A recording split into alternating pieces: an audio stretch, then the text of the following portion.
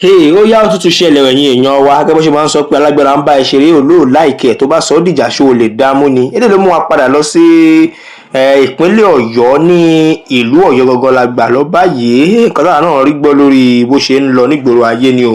Wọ́n ní ọba Abímbọ́lá Ọ̀wọ́adé, wọ́n ní bàbá ti dákẹ́nu wọn ò bẹ́ẹ̀ ni wọn ò sọ pa látàrí bó ṣe jẹ́ wípé wọ́n ní gómìnà ìpínlẹ̀ Ọ̀yọ́ onímọ̀ ẹ̀rọ Seyi Makinde wọ́n fi àwọn baálẹ̀ bíi 14 wọ́n ní wọ́n fi wọ́n jẹ ọba, ìyẹn ni pé wọ́n upgrade wọn kúrò láti ipò baálẹ̀ máa bọ̀ sí ọba aládé o. Gẹ́gẹ́ bí àtẹ̀jáde tí ó wáyé, wọ́n ní wípé gómìnà ìpínlẹ̀ Ọ̀yọ́ ó fi àwọn tí wọ́n jẹ́ baálẹ̀ ó fi wọ́n jọba tí wọ́n sì máa dé adé tó tún há ọ̀pá àṣẹ lé wọn lọ́wọ́ o. Wọ́n ní ẹni tó jẹ́ igbákejì gómìnà ní ìpínlẹ̀ Ọ̀yọ́ ọ̀gbẹ́ni Báyọ̀ Lawal òun ni ó lọ ṣojú gómìnà ńbẹ̀ níbi tí ayẹyẹ ọ̀hún ti wáyé. Wọ́n ní ayẹyẹ wáyé ní Olivet Heights ìyẹn ní ìpínlẹ̀ Ọ̀yọ́ lẹ́yìn tí wọ́n mọ̀ bẹ̀ dáadáa. Wọ́n wá ní lẹ́yìn ìgbà tí eléyìí ti ṣẹlẹ̀ náà ni wọ́n ní Aláàfin Ọ̀yọ́ kọ̀ jálẹ̀, wọ́n ní bàbá ò sọ̀rọ̀ o. Kódà àwọn aṣojú kọ̀ròyìn gan tún ké sí ẹni tó jẹ́ afọ̀rọ̀lédè fún Aláàfin yan Bọ̀dé Dúrójayé, ó ní kò sí nǹkan kan tóun fẹ́ sọ pé òun ò ní pa tóun lè sọ, kódà ó ní òun ò ní pò torí pò tó ṣẹ̀gbà pa.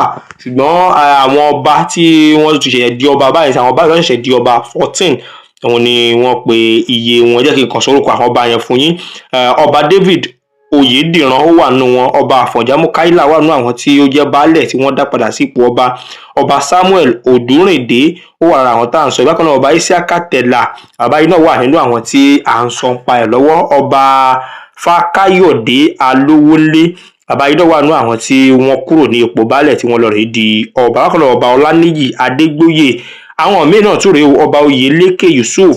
Bákan náà a tún rí ọba Abel Oyèkàn àti bẹ́ẹ̀ bẹ́ẹ̀ lọ. Ṣùgbọ́n nínú àwọn ọ̀rọ̀ tí ó jáde láti ẹnu ẹni tó jẹ́ aṣojú gómìnà, ó ní eléyìí ni gómìnà ṣe láti lè jẹ́ kí ètò àṣà kó tún jingiri sí ní ìpínlẹ̀ Ọ̀yọ́, wípé tí ó bá sọ ń pa àṣà ti mọ̀ pé gómìnà onímọ̀ ẹ̀rọ Seyi Makinde wọn kì í fọwọ́ rọ́ nǹkan tó bá ti ní í ṣe pẹ̀lú àṣà sẹ́yìn. Lọ́dọ̀ sọ pé àwọn fẹ́ kí àlàáfíà kó túbọ̀ jọba sí ní ilẹ̀ Yorùbá.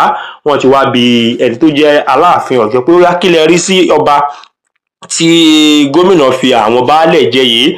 Ṣùgbọ́n wọ́n ní bàbá kọ̀ jálẹ̀, wọn ò sọ ń pa o.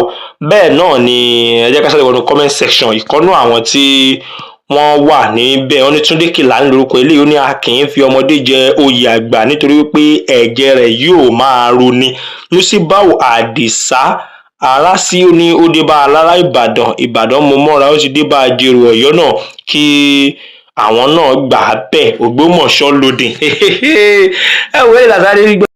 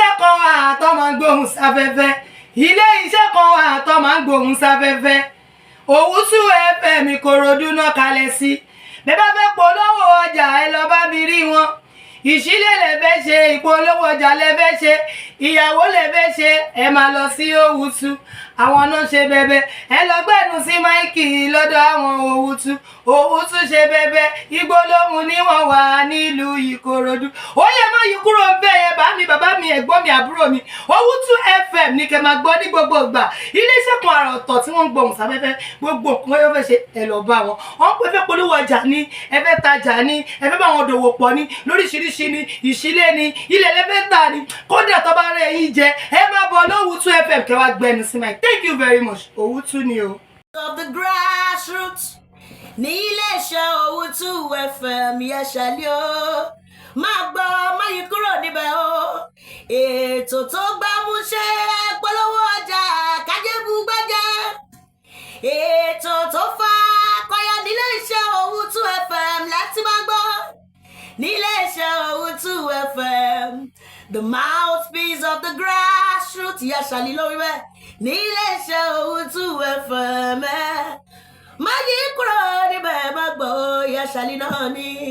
Thanks for watching. Kindly subscribe to our YouTube channel, Awon FM Lagos. Bye.